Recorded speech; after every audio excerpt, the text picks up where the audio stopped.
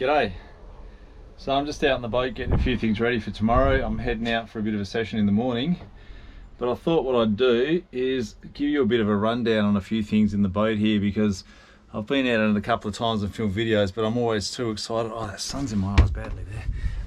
I've always been too excited about what's going on in the day and just cruising up the coast and enjoying the time with the boys and fishing that I haven't really taken the time out to give everyone a decent rundown of this boat since it's all been finished and we've got everything sorted out. So I thought what I'd do is, while I'm sitting out here in the driveway, I'd give you a bit of a rundown on a few things we've got and a few things that I'm thinking of in the future, and just a couple of what I like and what I don't like about this boat so far. I've used it 4 times, maybe 5 runs I've had in it. I've only fished seriously out of it 3 times. Twice I think we fished seriously out of it. Once was the very first time I took it out with Jack and myself. We basically just cruised, we didn't really fish that day, so probably twice we fished out of it properly. So it's still sort of a work in progress. It's going to take a while, just a bit of time of using it till you figure out what works, what doesn't work, what you like, what you don't like. But so far I'm pretty stoked with how it all works. It's just the sheer weight of it. The sheer weight of it is just worlds apart from what the other boat was. It's not a huge amount bigger than my other boat, but just the sheer weight of it and the way it just sits in the water, it plonks down at rest and hardly rocks. It just sits there, and it's just so much more stable and so much more comfortable to fish out of at rest.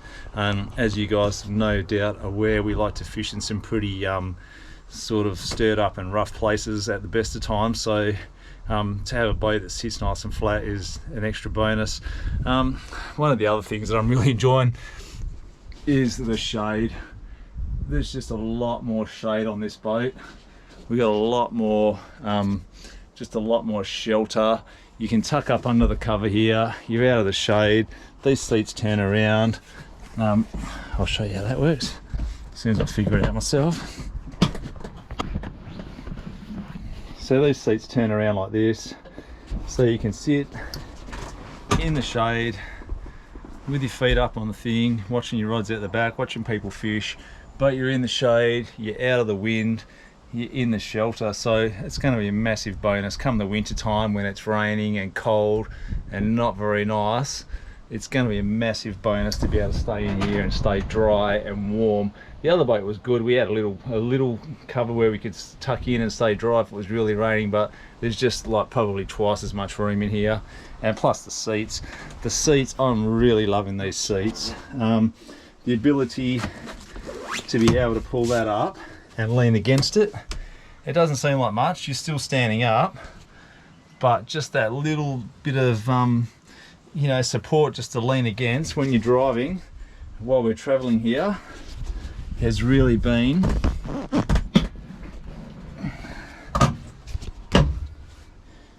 so the ability to fold this up and just give you something to lean against while you're driving. I always like to stand up, I don't know why. Standing up just seems to be the thing to do when I'm in boats, but the ability to just lean against something is just so much more comfortable, just helps you travel and you feel a lot less fatigued at the end of the day. Of course you can always fold this down, sit down. I've been finding myself steering with my feet like this. Whether that's a good thing or a bad thing, I don't know, but it's a pretty comfortable position to sit. We've been using the radio, have the music cranking. Can't have music cranking in videos because you get up with copyright, but when we've been cruising we've been having the music cranking, and it's been just so comfortable to be able to cruise. And you can do distance really easy in this boat, which is something that, like, we did it in the other boat, but it's a lot more comfortable in this boat. You don't feel anywhere near as fatigued after a decent trip as what you did in the other boat, getting bashed around a bit. So fishability out of it, I mean, you can see it's got a reasonable amount of deck space. I was just rigging those rods up. These rods, this is another thing that's been pretty cool too, having the rocket launcher, being able to put the rods up here out of the way is a real bonus when you're fishing. I've never had a rocket launcher before, to be honest. As you probably know, in the old boat I always had the rods standing vertically in the corner there. It was a good way to get him out of the way, but I'd find when we were fishing or going to net fish, you'd walk past them and end up bloody hooking yourself on a lure, or the amount of times we ended up with hooks through our shirt and stuff was not ideal. Having them up there in the rocket launcher, they're out of the way. It's a good place to have them. They're out of the way, they stay out of the spray and everything up there. The only downside is there's only 6 rod holders. Call us greedy, but 3 rods each. When there's 2 of us, it's probably okay, but when there's 3 of us, 3 rods is probably not enough. So I'm still going to look at maybe putting some more rod storage in here. Haven't really decided how that's going to happen just yet. Maybe some vertical rod holders somewhere. I don't know, I might put some here. Maybe just 2 rod holders that can sort of go up here for when you're traveling, and then when you're fishing, obviously they won't be getting used and the rest can go on the rocket launchers. Or I'm also considering some horizontal ones in here for things like my fly rod that can fold in, that folds up. The fly rod will sit beautifully in there on some horizontal racks, and also my little bait rod as well, which is a 2-piece, would sit nicely in some horizontal rod racks in there. So I'll consider that as well. Again, just with time, I'll figure out these things and work through it slowly. I'm not going to lie to you, I've got a stainless steel rail that I'm going to put here to rest my feet on. I've had it out twice. I've had the drill out twice. I've looked at it, and I'm too scared to drill holes in this boat because everything's too nice, too shiny. I'm too scared. 2 simple holes, and I've contemplated so much about drilling them, and so far I still haven't, but it's on my list. It'll get done when I get around to it, and when I grow the balls to start drilling holes in this boat. The other major thing is this net. We run a really big net. I like the big net because it's great for big fish. It's got a nice long handle, you can reach out over it, but by its very nature, it's an awkward piece of gear, and trying to find somewhere to store it is a bit awkward. We've kind of been stashing it in here next to the seat, which it kind of fits in there, it's out of the way. I don't think it's really scratching too much in there. So for now it can live in there. But ideally, what's going on here? The horse is going crazy. We've got a little foal here and she's always up to mischief. She's only a month old and she's always up to some kind of mischief down there. So yeah, for now, the net can live here. It's not really in the way.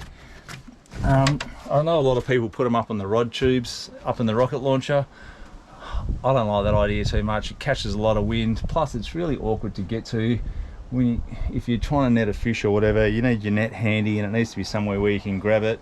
As you guys know, I fish on my own a lot of the time, and I need the net somewhere where I can grab it really easily while I'm fishing on my own. So the net's something I'll work on with time.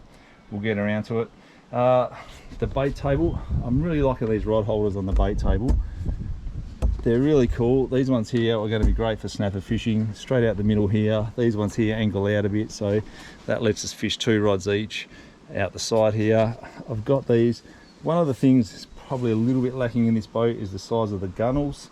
So to put rod tubes that point outwards straight out like that, there's probably not enough room under the gunnel here, so you can have them facing straight back, which is basically no use to you here.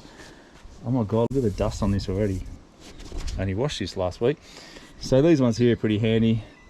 You can stick a rod straight out if you're sitting at anchor, and you can stick a bait or whatever out to the side like that. So I've got 2 of them there and there.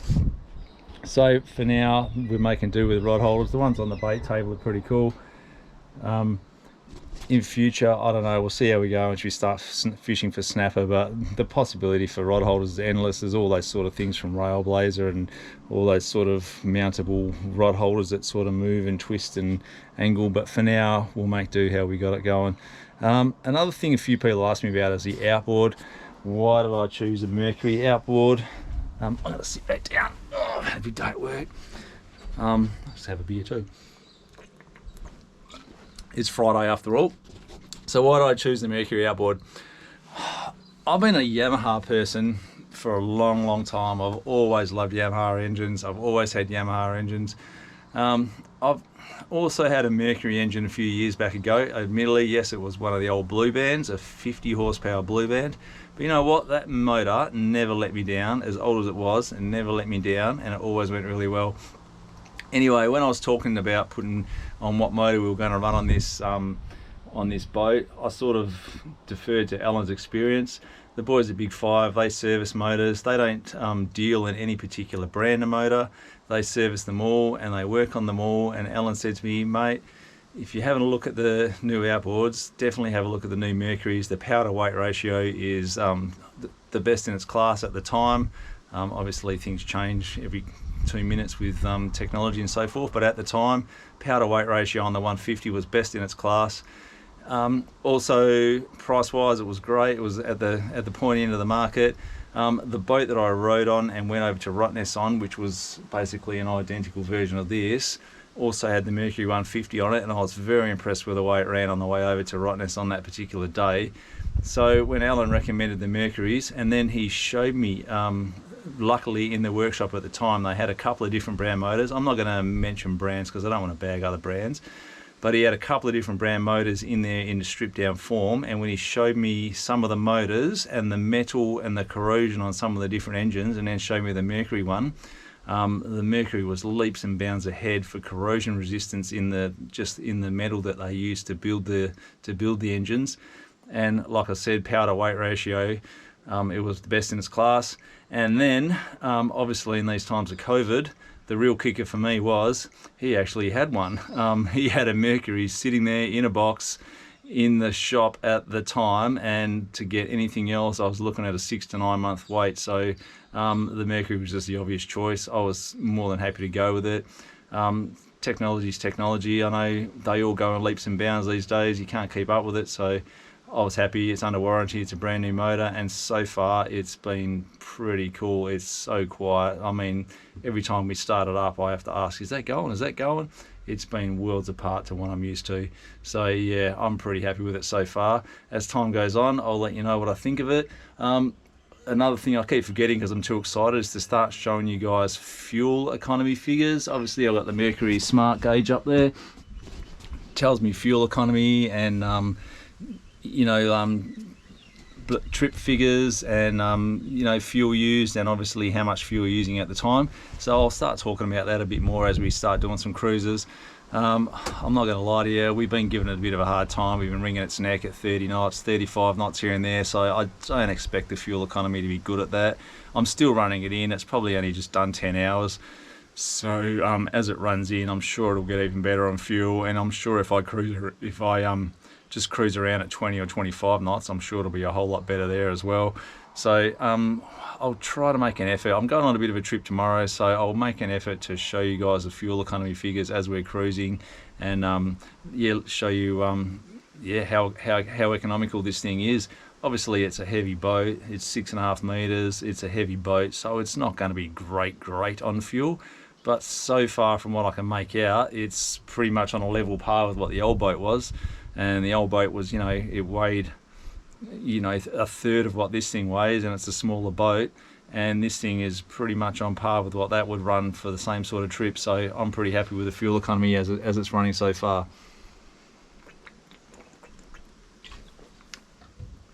Right, another cool thing that I've really forgotten to mention. I'm going to bring it in here. I've pulled it off.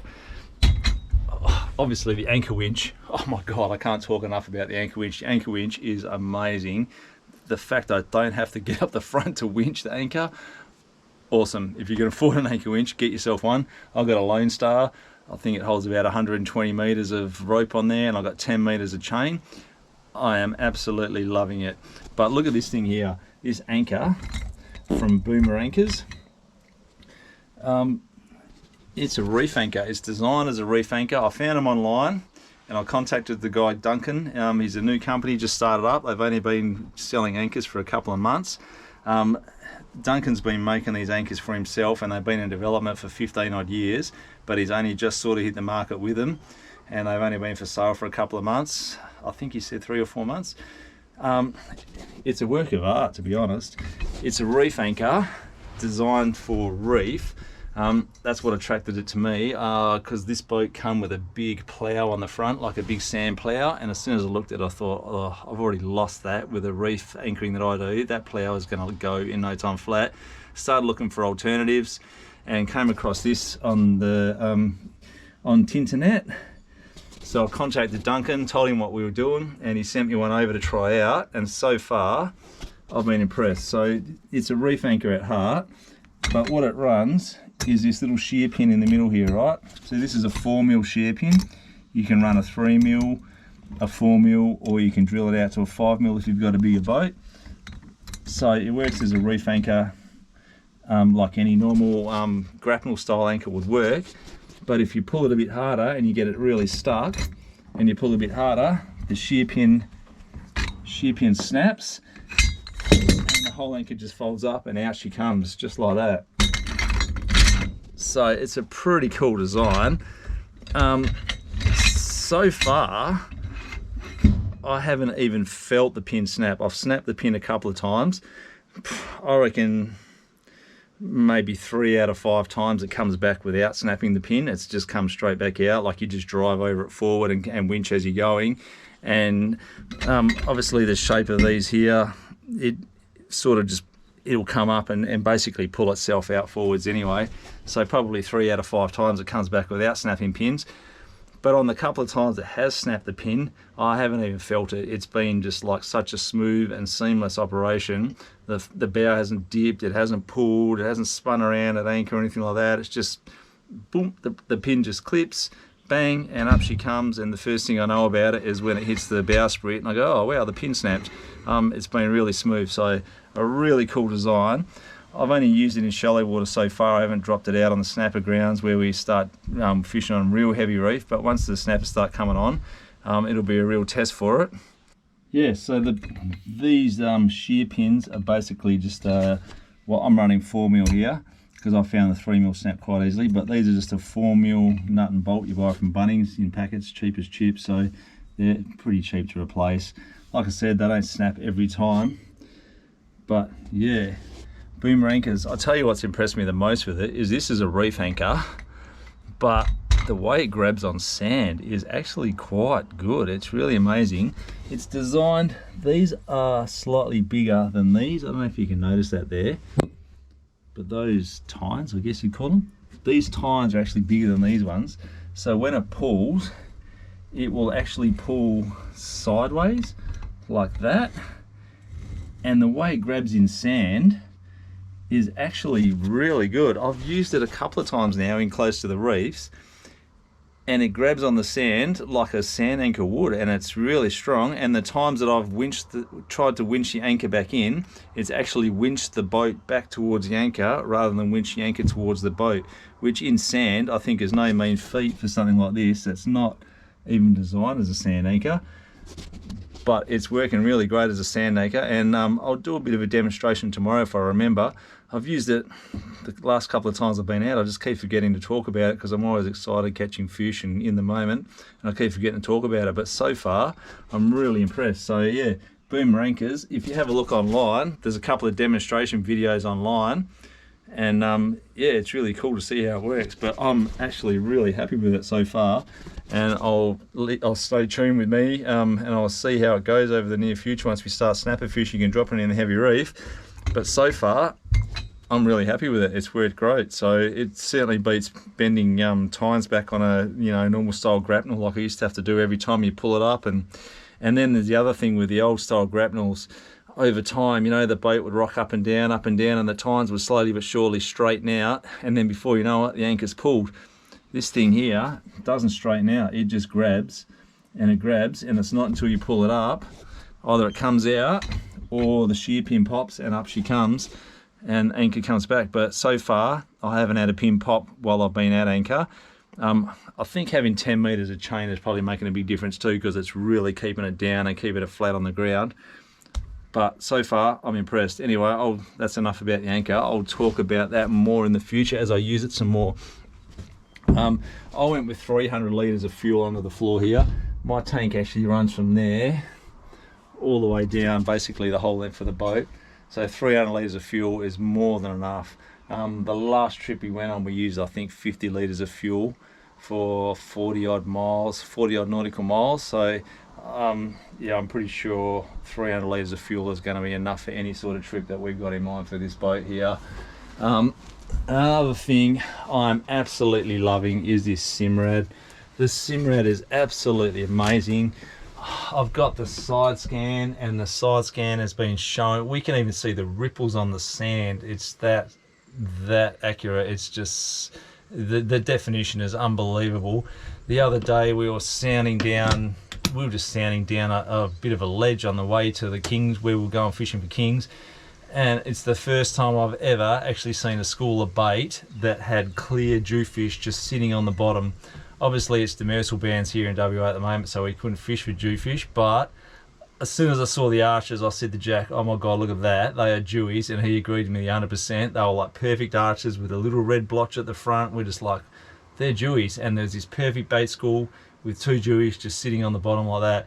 I've never seen that on any other sounder before, but this sounder here was showing it, and I saw it in 2 or 3 different places. We saw very similar sort of things, so I feel as the snapper and the demersal fishing starts to pick up, it's probably going to be a game changer for us for finding fish. Also, the side scan is going to be a game changer for finding the bait. We can scan 50 meters either side of the boat, find the bait schools. If you find the bait schools, you're halfway there.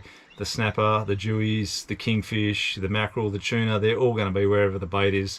Finding the bait is half the battle. If you can find the bait, you're already there. I think I've already been talking too much as it is, but I'm going to quickly just show you this, because I might even have to turn the light on.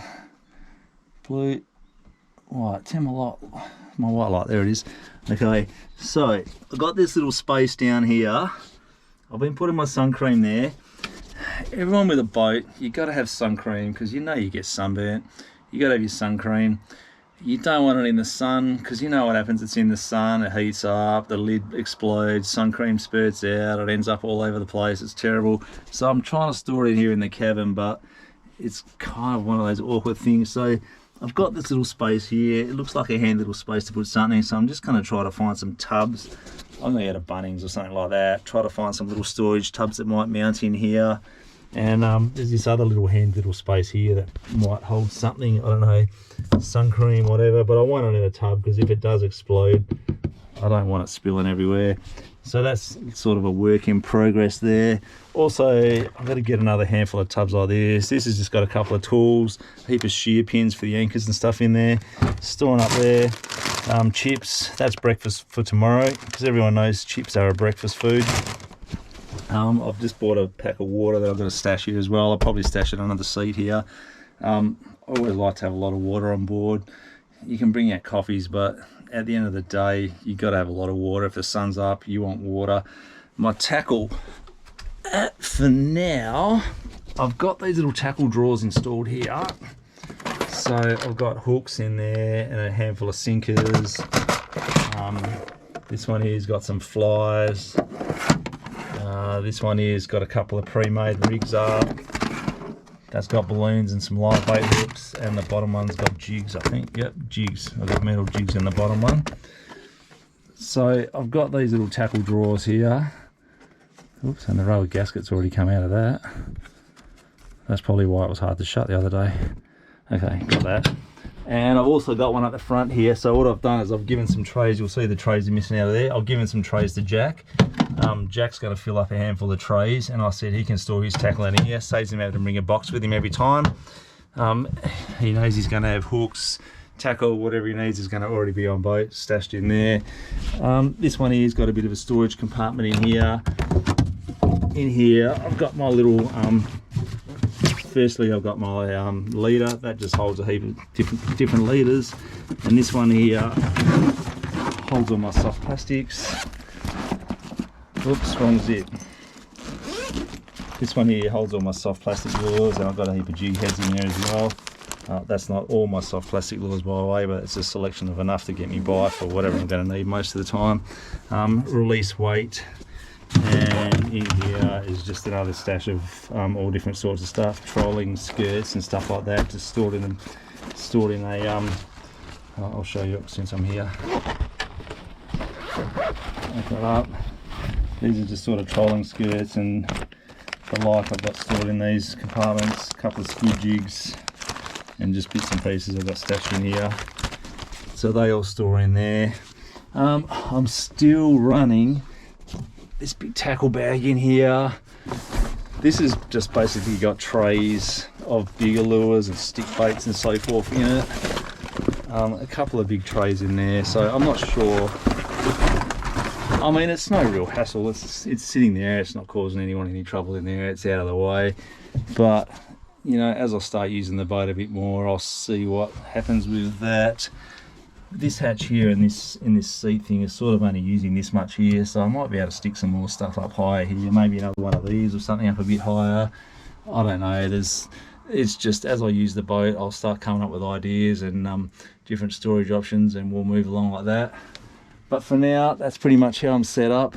I've got these big storage shelves along the side here, which I'm trying really hard not to fill with crap. There's life jackets and stuff up there. Up here, we've got a charger for the GoPro, and we keep our drone stuff up here out of the way where it's nice and dry and stays out of the weather, and doesn't really get smashed around up there. It's pretty cool. I'll just turn this light off. So for now, that's probably about it. This video wasn't really even meant to be a video. I was just sort of talking to myself out here while I was re-rigging some rods, but there you go. It's turned into a video. Anyway, tomorrow morning I'm out with Lockie tomorrow. Jack can't go and Lee's at work, so tomorrow morning I'm out with Lockie, and we're going to go down the coast and have a crack and see if we can't get ourselves a kingfish. Lockie's never caught a king before, and the demersal closures are finished 15th of December, so only a couple of weeks away, and then I'm sure we'll be back into the snapper after that, and we're probably going to go wide a few times and have a crack at dewies as well. Just something that we haven't really done before, but we'll give it a crack. I still prefer the inshore stuff, to be honest. As much as I understand dewies are bloody great eating and people get right into the whole drifting around offshore, it's not really my scene. I prefer the inshore stuff. I don't know, I just like it. Stuff happens, you get to see stuff, it's just a lot more visual. But we will give it a crack, and we'll go deep dropping for dewies and so forth and give that a crack as well as time wears on. But for now, that's it. If you like our stuff, stay tuned, and I'll be out fishing tomorrow, so hopefully we'll be back into them. Thank you.